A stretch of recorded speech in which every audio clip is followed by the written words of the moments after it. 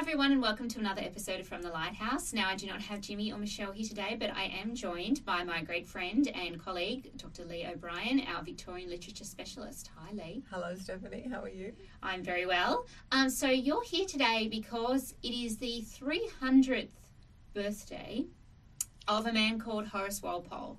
And I suspect that you teach one of his novels very regularly, and so I was wondering if we could have a little bit of a chat about Horace Walpole's novel, The Castle of Otranto. I'd love to do that. So how did you come to The Castle of Otranto? Well, I actually inherited it, which is a nice Gothic trope. Very, very, yes. Because when I started teaching Angle 206, which is Gothic visions, as you know, The Castle of Otranto and The Monk and Northanger Abbey were the first three novels. I've changed a lot of them subsequently, but I've always kept those novels. So I actually came to it just because I had to teach it, and I had to took over convening the unit. And I was just staggered by it. I thought it was this extraordinary thing and very unexpected. It's sort of all over the place and chaotic, and so that's how I came to do it. I came to do it through teaching because I knew later Gothic novels and things, but I did not know a lot about 18th century Gothic. So it was a wonderful introduction into that for me. Well, this is the book that inaugurates the Gothic. It's the great first Gothic novel, the one that everybody followed afterwards, and you can see how formative it is in the history of the Gothic by looking at, some of the kind of motifs and... Oh, absolutely. The castle, for starters. The castle, So it's not called after a character, it's called after the castle. And we've got the upper, the public rooms of the castle and the crypts and the passageways underneath. That just stays a part of Gothic novels. Well, it's the kind of, where the haunted houses of the Gothic come from. Exactly. And we have our favourite character, our favourite hysterical male anti-hero, Manfred. Let's talk about Manfred. He is a bit nuts. Oh, totally. Yes, totally nuts. Yes. The man is under a lot of pressure, so I think we have to cut him some slack. He has got weird and wonderful things happening in his house. Yes. And he is in a bit of trouble because he's been a naughty boy. Yes. Well, the opening sequences are truly memorable with poor little sickly Conrad. You'd expect Conrad, the young heir, to be the hero, but Conrad is sickly and Conrad dies in a spectacular fashion, squished by helmet. By a gigantic helmet. Not only the helmet, but it's got lots of plumes. Yeah, so it's a flamboyant helmet. So it's a flamboyant helmet. And Squished by helmet. It kills, just as he is about to marry Isabella, he's killed. And this sets everything off for Manfred, because, of course, Conrad has to marry Isabella because, as Manfred knows, he's the usurper. He doesn't really have the right and proper title to the Castle of Otranto. So once that marriage is disturbed to Isabella, then that, I think you're right, it actually sends Manfred quite mad, and he has to find out ways to shore up his right to the castle and the throne and everything, and it does his head in.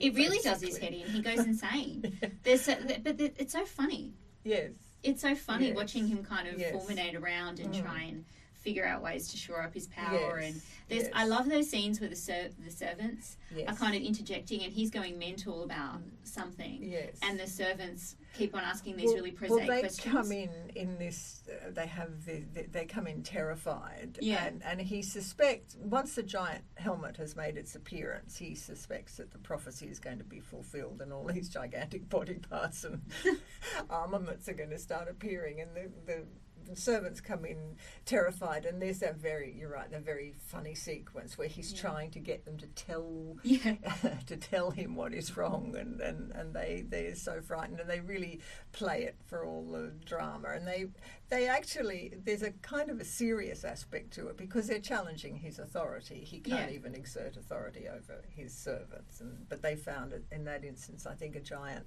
leg and a giant foot in the library, as you do. Because it's full of gigantism.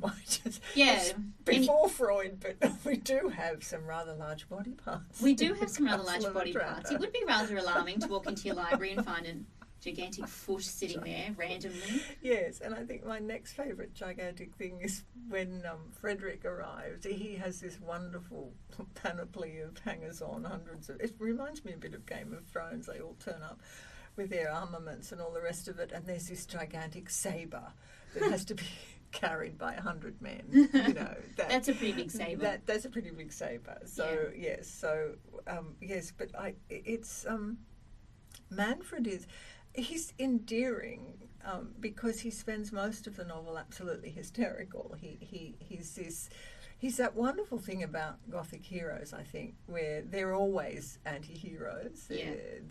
You do have, I mean, you've got Theodore, who is a romantic hero, but I think Manfred is the precursor of all the really wonderful Gothic mad heroes, anti-hero, bad boys. I mean, you can get, I've been teaching Wuthering Heights this week, you can get it with Heathcliff.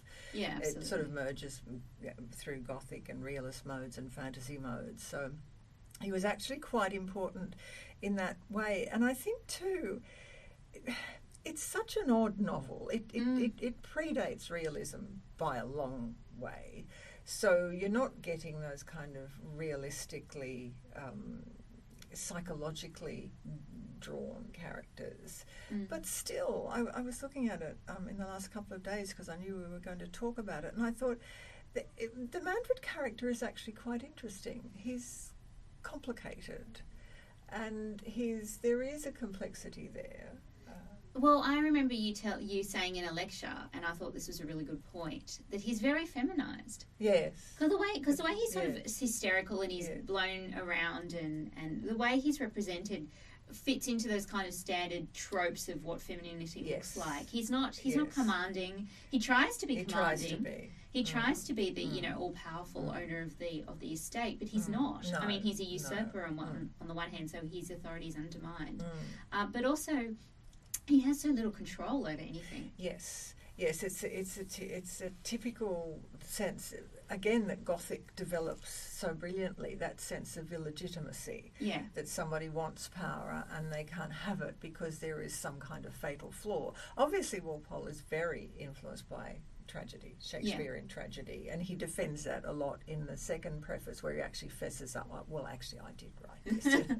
People liked it, I'm not going to be in trouble, I'm going to say this is mine. Yeah. After that wonderful first preface where he lies through his teeth, it's such a sustained piece of fraudulence. I love that. But he does, you can see his indebtedness to Shakespeare in the second preface. And if you're going to take Gothic back beyond the 18th century, well, Shakespeare's one port. Well, yeah, I mean, you can see that Macbeth, particularly, I think. Macbeth, and you can see Hamlet. And you can see Hamlet, for sure. Here. And you can see Richard III, because we've got the usurper. So the usurper trying to shore up his own power while at the same time undermining it. Yes. And also Henry VIII. I think Shakespeare, one of the history plays is Henry VIII. It's not one of the famous ones, but when Manfred suddenly, he's trying to think of reasons that he can divorce Hippolyta, and he comes up with the fact, well, she is related to me in the 4th degree, or something. Which is the shades of Catherine of Aragon. Well, it is, isn't it? Yeah. So he's deliberately linking it back. Really aggrandizing himself in that second preface, saying he's sort of developing he doesn't come right out and say it, but the heir of Shakespeare. So he's relating the Gothic, I think quite rightly, to Shakespeare. And that becomes such a motif that, so the first preface, to explain to those who haven't yet read the book, the first preface positions the book as a found manuscript. Yes. And it uses that kind of framing device of, this is something that we stumbled across and translated, and here it is. A black letter volume. A black letter volume, yes. And so that becomes a major trope of the Gothic, the idea that this is like a medieval document that somebody's accidentally stumbled upon in a drawer or something like that. And even, going down to, I'm thinking of something like The Turn of the Screw, where it's a story that's told to somebody. So that story within a story trope. You see it in Wuthering Heights. So that becomes a kind of major trope or a convention of the Gothic. But as you say, he's in positioning himself as the inheritor of Shakespeare, but he's also positioning himself as the inheritor of the medieval. Yes, yes. He shifts his allegiances dramatically between the two prefaces. Yeah.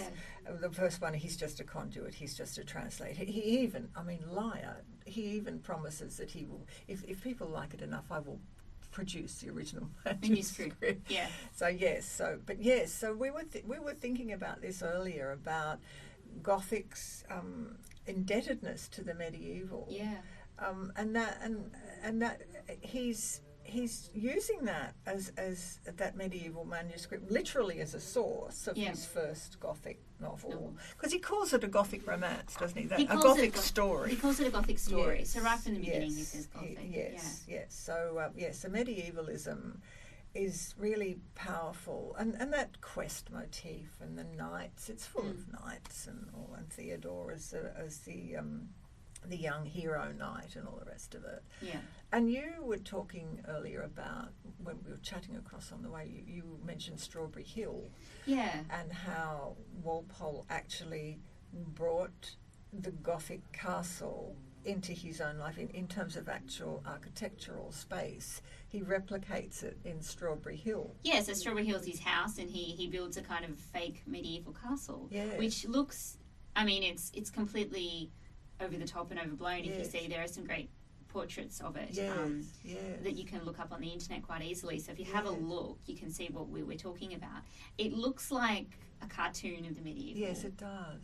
And that's kind of what he's doing. Yes. He's taking these ideas about the medieval and making them over the top and dramatic. Yeah, that's going to take on such importance in the 19th century, isn't it? In the Victorian period, with that valorisation of all things Gothic and all things medieval. You get that in Ruskin, going back to the medieval and arguing against the Greek, the perfection of the Greek. And Queen Victoria and Albert loved kind of dressing up as medieval. So you get part of the Victorian era culture wars are the wars between medievalism and the Greek inheritance. So, but people don't talk about the fact that it really started in the 1760s. There was this group of kind of antiquarians who were really interested in kind of recapturing medieval legend and medieval stories and saying that they are true subjects for literature. They're not kind of superstition. And you would know more about this than I do, but I think that whole antiquarian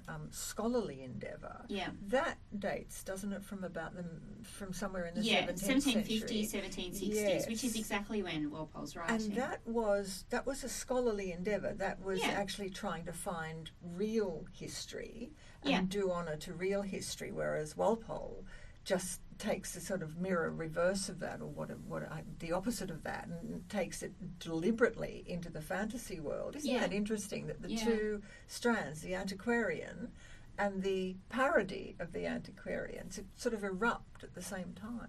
Yeah, and often by the same people. And it's interesting that his position right at this kind of interest in reclaiming like medieval ballads and medieval stories, medieval legends. Oh, that's important too, the ballad tradition. The ballad tradition is really important. But then you also get a lot of other fakes as well. You get the Ossian controversies where, basically a guy goes and says, hey, I found all of these poems by this Scottish bard called Ossian. Look, I have found them and transcribed them. I found them in a cave or something. I can't remember where he says he finds them, but it's just ridiculous as that. Yeah.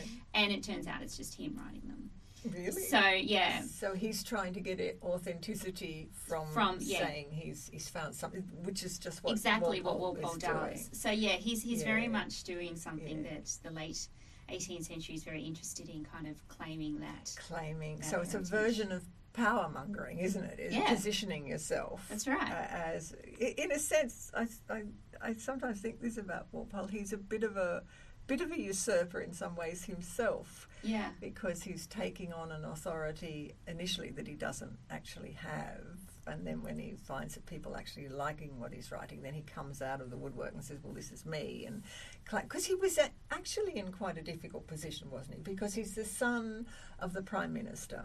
He's the son of Robert Walpole, very, very significant political figure. Probably the first Prime Minister of England. And he's the longest serving, I think, as well. Extremely influential. Yes. Yeah. So he was obviously a fairly large father figure for Walpole. They had a bit of a difficult relationship. And can't you see that in this book? Well, yes. Problematic fathers. Problematic fathers, my God, yes.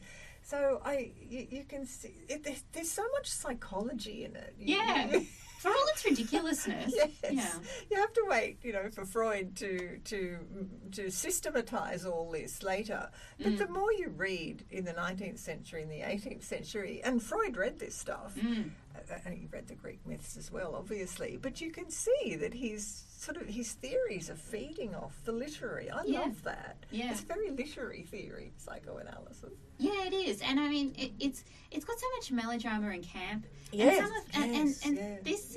I always imagine Walpole kind of writing and sniggering at the end of every line because it's just so broad and big. It's interesting, isn't it? Because he half wants you to take it seriously. Yeah. So that's why he defends the comic relief and says, well, look, it's in Shakespeare, so I can do it too. Yeah, that's right. There's comic relief in everything. Yeah, so I'm not undermining what I'm doing. And yet it is, the tone of it is sometimes hard to get because it does have that very modern put-down kind of feel to some of the sentences. Yeah. It's pastiche and knowing that it's pastiche. I have a feeling, though, that it's not. I'm sort of torn in this. I think he's a very self-conscious writer manipulating all these codes. But at some level, I get the impression that he means it's a serious endeavour, a fictional endeavour. Well, I think you're right. It's always struck me as odd, the tone, because it's so tongue-in-cheek, it's so campy, it's so parodic. I mean, there's such ridiculous things happen in it, like the helmet, my favourite is the portraits that get up and walk out and walk down the hallway. Lovely? A Harry Potter touch. Yeah, it's very Harry Potter. The rather grumpy father gets out of the portrait early in the novel and wanders down the hallway. And instead of saying, wow, I'm free. I'm free of my sort portrait. Of glares at Manfred, walks down the hall and slams the door on him. This is when Manfred is trying to persuade Isabella to marry him. This is when Manfred is getting very bad. Yes. Being the bad boy. But yes, I think you're right. The walking portraits, J.K. Rowling clearly knows the Castle of Otranto, the walking portraits, the statue of Alfonso starts bleeding from the nose. Drops of blood appear on the nose. So you get these details that have this inherent farcical nature to them, but they're kind of half seriously deployed. Yeah, they are. And I mean, whenever I've taught this, because I've taught Gothic as well, students always say to me, they can't imagine how anyone could have found this scary or threatening or even dark because it's got such kind of over-the-top pastiche and camp. Yes. Well, could you say the same thing about A Game of Thrones? Yeah. Because I know some people take that all very seriously, and some people, watch it and read it and think, oh, come on. And so that there's that unstable kind of area where if you want, and that desire to be frightened, that desire to be drawn into a narrative and be genuinely disturbed by it, that I think, as far as I know, some of his readers took it as a kind of an in-joke and read it in a very sophisticated way. And I think they were possibly his antiquarian kind of buddies. Because he had a lot of friends. He went to Eton, of course, where a lot of his friendships and his lasting relationship with the poet Gray, the Elegy in a Country Churchyard Gray, that began at Eton. But there were several other friends that he met at Eton, and then I think, did he go to Cambridge, or I can't remember which one. But there was, so he's part of these male networks, and you raise a really interesting question of that whole idea of a coterie readership,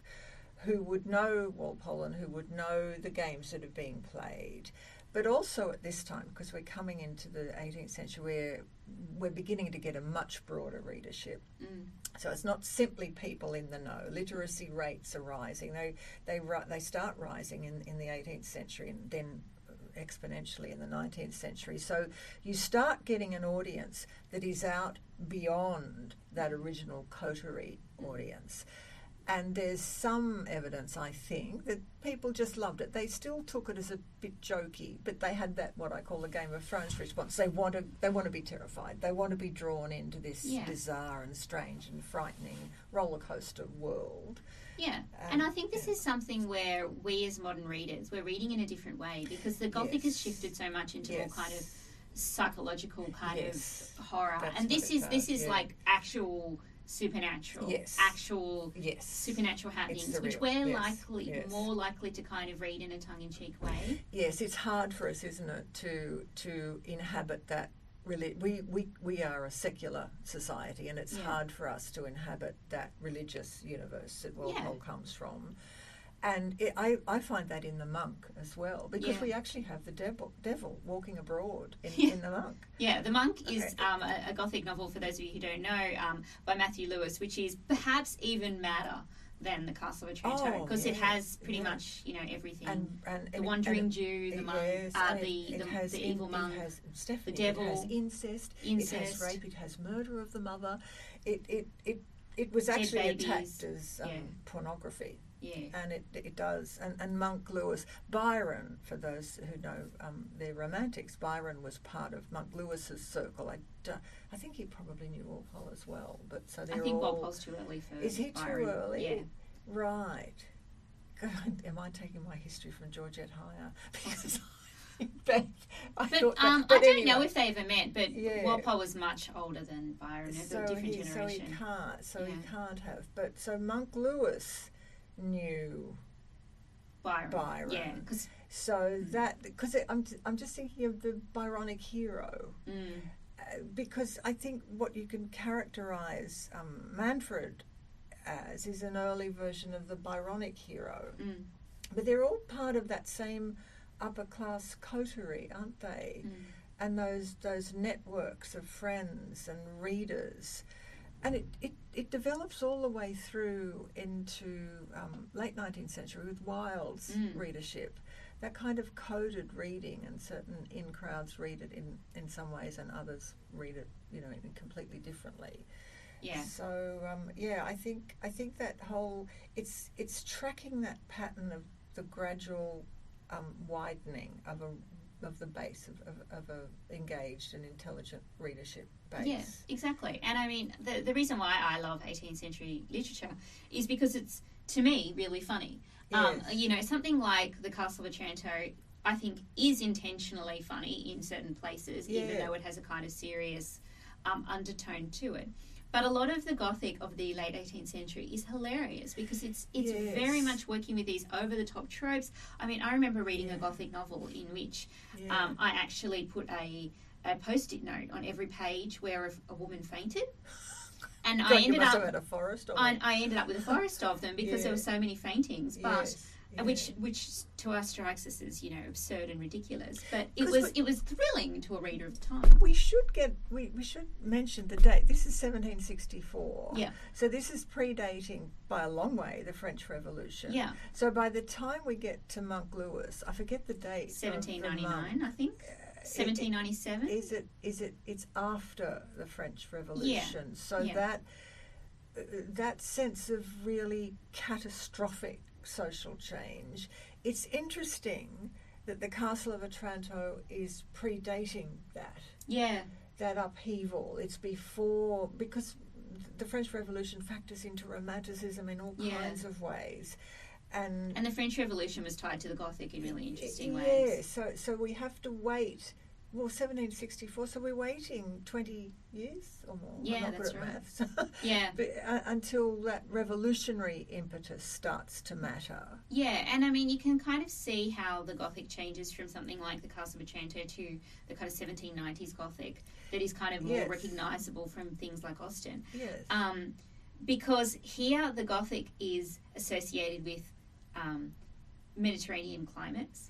Yes. And so the Gothic is always about Spain or about Italy or about, those, wild, uninhibited people who live far away. They do things differently over there. Yeah, they do things differently. It's very warm. They're Catholic. Who knows what's going on over there? Oh, yes. Dodgy people. Dodgy people, exactly. Yes. So not nice and clean and upstanding like not the British. Yeah, exactly. So the British are Protestant. represented as these buttoned-down kind of Protestant, rational, normal people.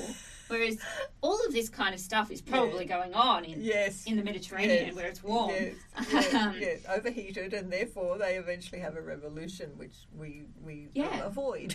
Exactly. So you can see how it's kind of safe because it's away. Yes. It's both in the medieval past. Yes. And it's also somewhere else. It's safe in terms of the time setting, but it's also safe geographically. So you can start actually domesticating all these strange impulses without appearing to do so. Yeah. I think that's a really interesting point.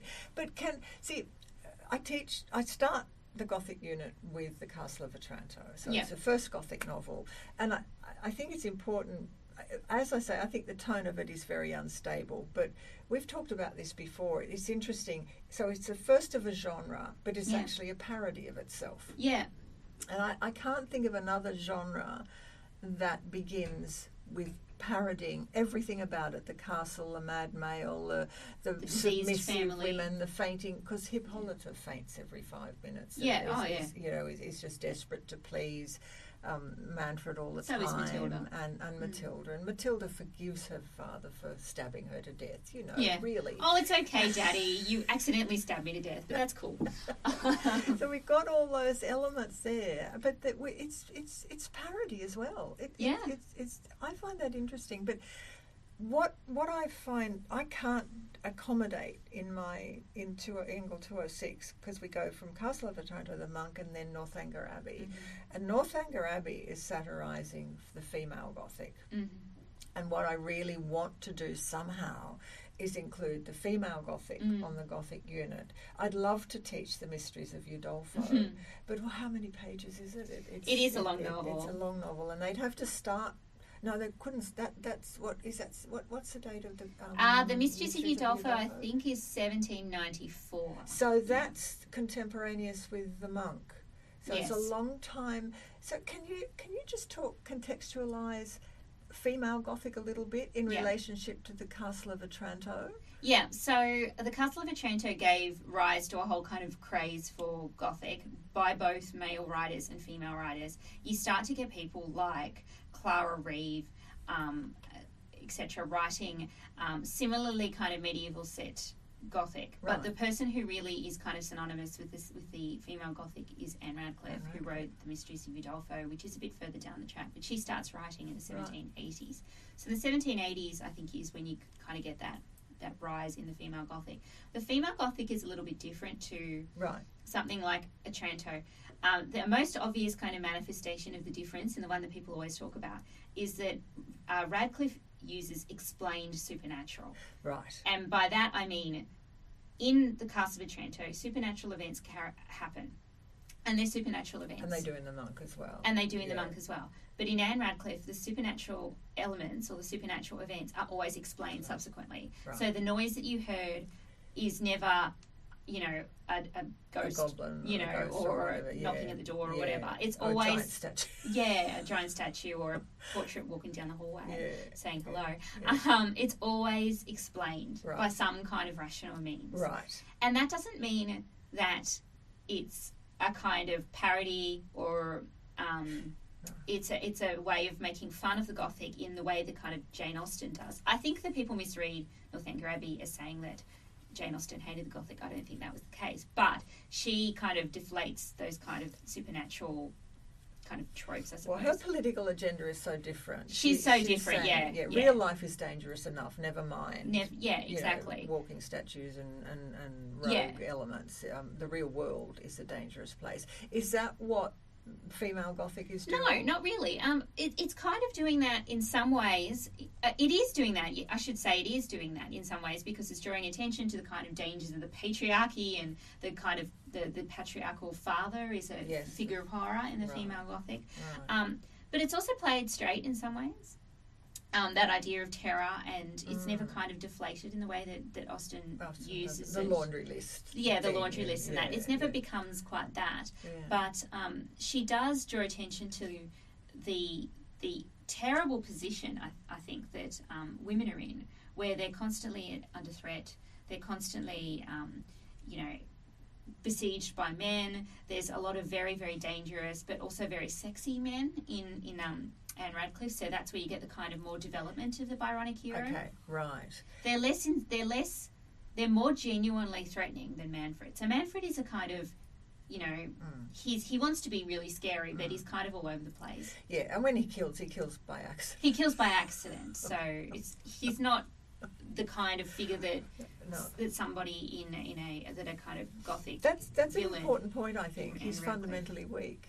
Yeah, I think it's hard to kind of take him seriously as a really menacing Gothic figure. Yes. But in Anne Radcliffe, women are constantly kind of besieged by men, genuinely, mostly. dangerous males. Men. Yeah, and part of the shift too, as I understand it, is the movement towards the Gothic heroine in female Gothic. Yes, because it seems to me that in the Castle of Otranto and the Monk, really, it's the males who are the focus. There are female characters, but they are not the ones who drive the narrative. They're always passive. Yes, and they're always either one thing. They're instrumental, and they're part of the plot. Morally pure and virtuous, or they are seductress. Yes, the whore. That's right. So that's what Austen does in Northanger Abbey, because it's Catherine Morland's story, isn't it? Exactly. And so that's what you get in the female Gothic, that centering of the woman's experience. Yeah. And that has all kinds of implications further down the track in the 19th century with the importance of women's experience. Yeah. So it's still very conventional and stereotype, would you say, in female Gothic, but it's still leaning towards that, making much more complex female characters and ones with agency. Yeah, they do have agency, and sometimes that agency will be undermined or taken away by the end. If the Gothic is going to end tragically, then that agency is often withdrawn. But because they're the centre in the narrative, they have a kind of much more of a presence. I'm thinking of something like, this isn't a very well-known book, but I've done quite a bit of work on Mary Robinson's first novel. Mary Robinson was a novelist in the 1790s. Fascinating figure in and of as a person. But her first novel was a Gothic novel called Vicenza. It's got a lot of elements that are similar to Otranto. So again, she sets it in the medieval. It's set in Spain. She says she uses that kind of found manuscript thing. She says, this is deposited in a university library, I think she says, and we just accidentally stumbled upon it, and I've translated it, and here you go. But the heroine is a very active kind of woman, and she actually falls in love with the hero immediately and kind of pursues him in a way that is potentially a little bit problematic, in that she kind of out of sexual desire. She has sexual desires, and she expresses them. Oh, that's interesting. But oops, it's her brother. Oh, complications. Yeah, so complications, so nice incest plot. And because 18th century, if they loved anything, they loved a good incest novel. Loved incest. Well, yeah. How very disturbing. Yeah. But see, what happens in that book is that the reason that she doesn't know her brother is her brother is because her mother has had an extra kind of marital liaison, and the stain of her kind of fallenness means that nothing good can ever happen to even her daughter. Oh, right. So the stain of female transgression, the sins of the mother are visited on the daughter. Okay. And there's no way for the daughter to get out of that. Okay. So that's a very interesting engagement with the passivity or the entrapment of the Gothic heroine in male Gothic fiction. So that's really interesting. And Elvira, who is the main character, is such a interesting, clever heroine, and her brother lover are presented as having this kind of beautiful egalitarian relationship, and they're going to do good to the community around them because they're so kind of progressive and egalitarian, until at the last moment, of course, it's discovered that they're brother and sister, and she just up and dies immediately because that's what you do. Oh, he's my brother. I'm dead. So her agency is, again, a kind of cut away because she can't actually be accommodated. See, that's interesting, because that seems to me such a fascinating perversion, not a perversion, a perverse account of the romance plot, which is, I mean, it's everywhere. It's not only in Gothic, it's in realist fiction. But I think the romance plot is fascinating in the Castle of Otranto, because Theodore, rather lovely Theodore, is he falls in love with Matilda, who is of course killed by her father. And then in the last paragraph of the Castle of Otranto, Theodore and Isabella eventually get together. So Theodore, but she loves him. Yes, but nice love triangle. Yes, he's in love with the dead Matilda. Yeah. And they decide to marry and stay together so that they can explore their melancholy. Let's be glum together. Yes, I thought, yes, let's just be miserable for the rest of our lives, you know.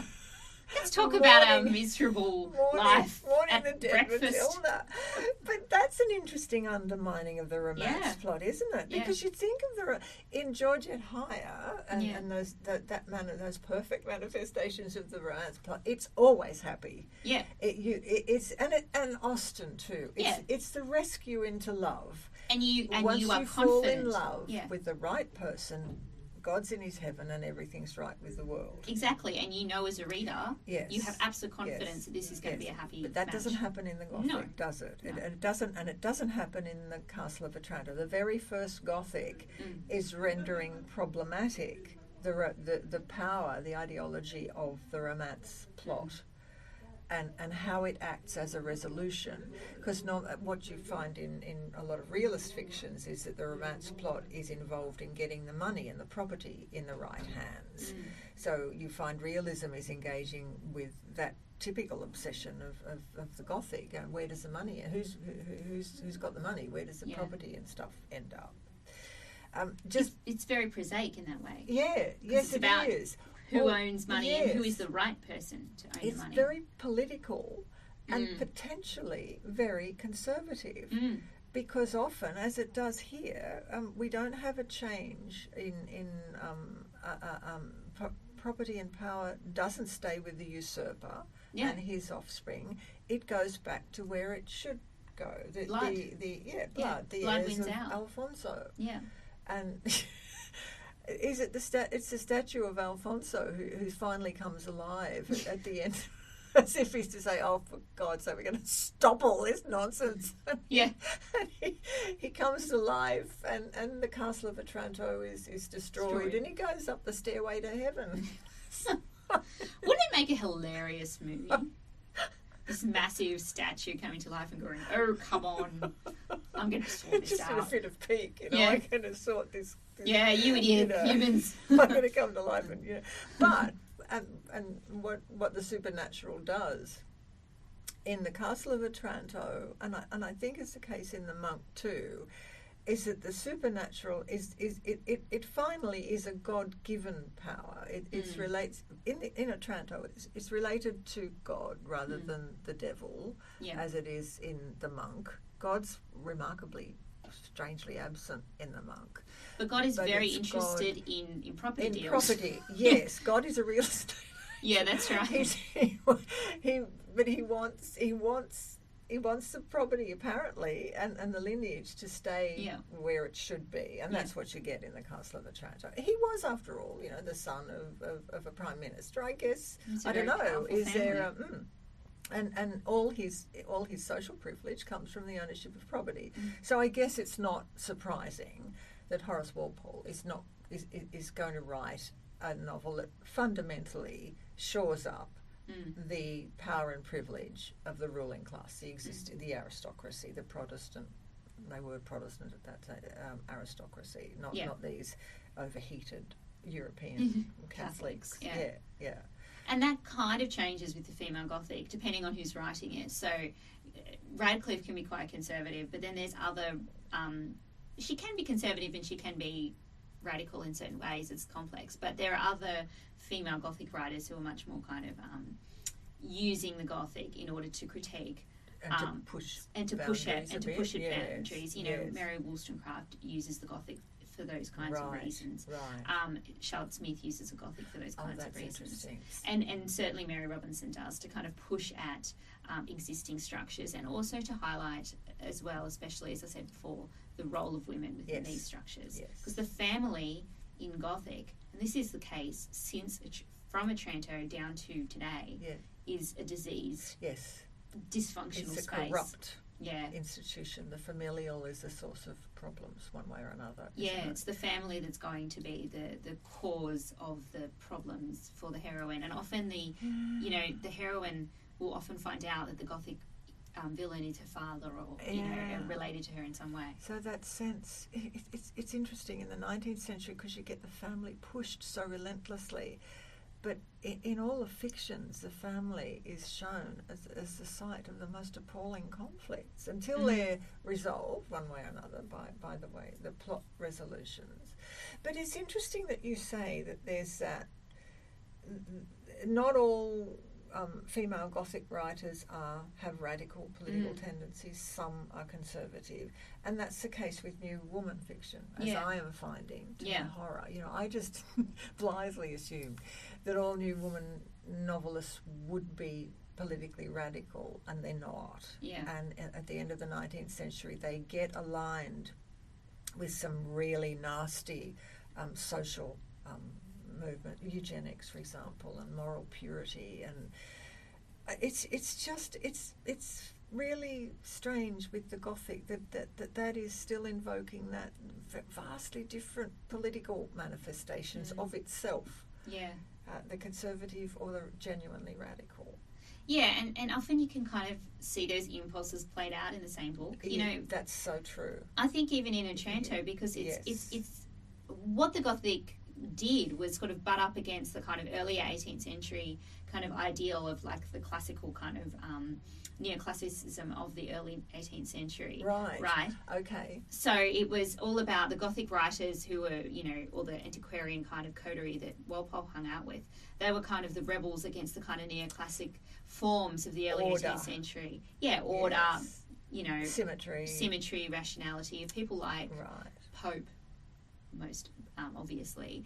And so people were writing Gothic as a kind of rebellion against that veneration for classical forms and saying, okay, we're gonna get on this bandwagon of like unruly medieval stuff that's based on superstition. It's based on Catholic people being crazy, and it's based on excess rather than order. Exactly. See, that's interesting because it makes the Gothic into a kind of proto-romanticism, doesn't it? Yeah. Because romanticism is exactly the same thing. It's that revolt against neoclassicism, the rhyming couplet, poetry being to dump, all very formal in what it's doing, and then you get the lyrical ballads, and wow, the whole idea of poetry is blown apart, and the language of poetry, the meters, and all that kind of stuff, and even the subject. Yes.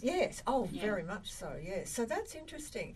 Where does you're an 18th century person. Where does the cult of sensibility fit with all this? The cult of sensibility was kind of developing as this all happened. So the cult of sensibility is all about one's kind of ability to be moved by sympathetic engagements with the world. Right. And so that was very much developing alongside the Gothic, and was and was engaged in the Gothic, and that's why people responded to the Gothic. Right. So it's a matter of feeling. It's a matter of feeling. Knowing the world through feeling. So the cult, the gentleman caught up in the cult of sensibility could manifest their male humanity through the depths of their feelings. And that had been a feminine domain, hadn't it? Yeah, that's right. Then. Women were the emotional ones, men were the cold, rational, ones, smart, never carried away. By overwhelmed by their emotions, as silly women habitually are. And you can see that in Otranto, because Manfred is always at prey of his emotions. Yes, and there's some of the humour in the novel comes where Manfred's better nature threatens to derail his ambitions. He's going to do something very bad, but then he has a feeling. He almost falls in love with his wife again at one point, which would be devastating because that would stuff up all his dynastic ambitions of marrying Isabella. And he's always... He just has to stop himself. But it's always because she's so good. He's like, if only she was worse. Yes. And she wasn't as virtuous. If I can read my handwriting, this is a quote. He even felt some sympathy to some disposition to pardon one. This is Theodore who had been guilty of no crime. Because at this point he's threatening to cut Theodore's head off. Yeah. Because he said he smells a rat with Theodore. Theodore's pretending to be a peasant. Yeah. And it's clear to all and sundry that the gorgeous looking Theodore is not just a peasant. He speaks far too well. Yeah. So Manfred's taking him out into the courtyard and is about to chop his head off, but a moment of sympathy with him because he's very brave. Theodore's like Theodore. Theodore is brave, and so Manfred has this moment where he's actually going to do justice to him, and he has to overwhelm that with these bad feelings. So I think it's interesting how the Gothic, I don't know whether intentionally or not, is rendering more complex the cult of sensibility. Yes. Because my understanding of the cult of sensibility is that emotion is seen as a good thing. It's emotion as sort of colonized into the good things about being human, not the kind of emotion that Manfred represents, which is this chaotic, all over the place impulse. It starts off that way. I mean, it starts off as a kind of a way of like coming into contact or emotion or sympathetic engagement with your fellow man. Right. So it's got ethical. Yeah, it's got an ethical dimension, and it's also your ability to feel is a marker of what a good person you are. Like in something like in Sense and Sensibility, Mary Ann says he's a dolt because he can't feel. Right. And so it's class inflected too. Yeah, but later on, there becomes, later towards the end of the 18th century when, again, with the rise of the French Revolution, there's a lot of panic about excessive sensibility. Right. And when you lose control of your ability to put a rein on your emotions. So Mary Wollstonecraft was very, very worried about excessive sensibility, especially excessive sensibility is a trap for women. Yes. Yes, that's right. Because it's just keeping them tied back into the emotion cage, isn't it? Yeah, well, especially since she talks about women in very violent and awful marriages who are to prey to their emotions to kind of manage that. So they become dependent on men who treat them very, very badly because they've been taught that that's what you do as a woman is you feel deeply and you engage and you put all your eggs in that basket. Yes. And that's where you get women like, the novel I was talking about before, Vicenza. Elvira dies the second for no reason. She's not sick. She just dies of heartbreak. Right. The reason that the second she finds out that she's not going to get married to the man she loves, women are absolutely prey to their emotions and they can kill them.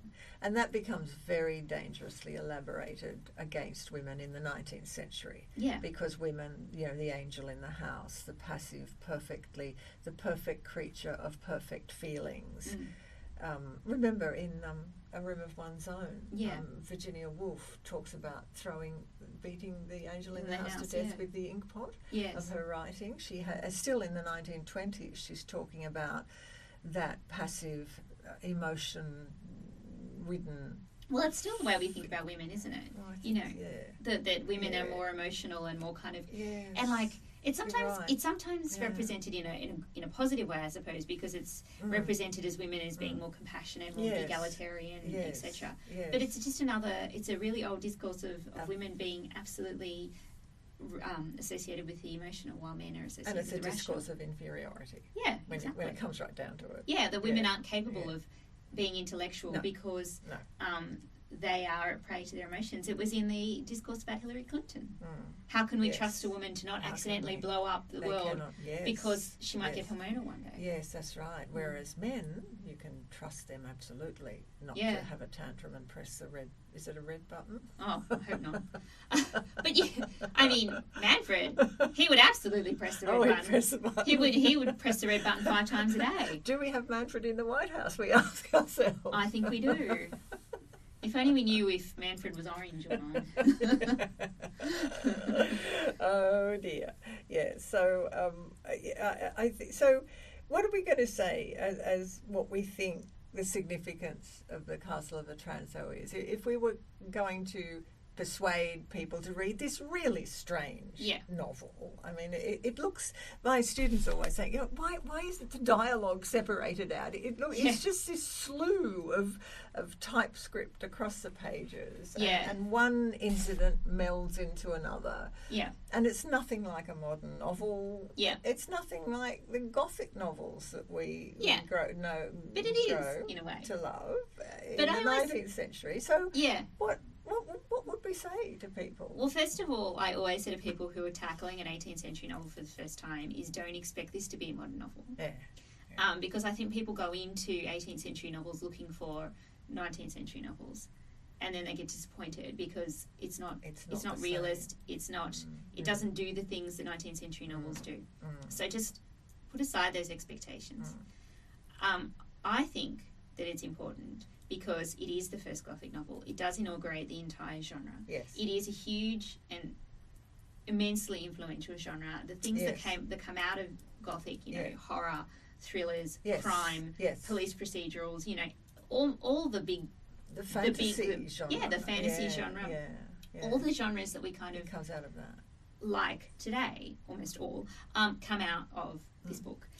And you can see... And you forgot detective stories. Detective fiction, they're always looking for the truth in the Gothic. Yeah, that's right. So and the pursuit or the unravelling of the mystery. Of the plot. So the detective comes out of the Castle of Otranto. Yeah. I think it's important for all of those reasons to understand where the genre came from. Yes. But also, even though it seems so odd and different, it's not actually that odd and different. I mean, there's murders. Yeah. There's ambition. Mystery. Yeah. There's ambition. There's very ambitious, especially ambitious men. Yes. There's arguments about money and property, which, you know, still happening today. There's love. There's love and romance. People falling in love. Yeah, love and romance. Sight, There's tragedy. Yeah. You know, perennial favourite from ancient Greece to today. And also, I think that idea of the dysfunctional family. Yeah.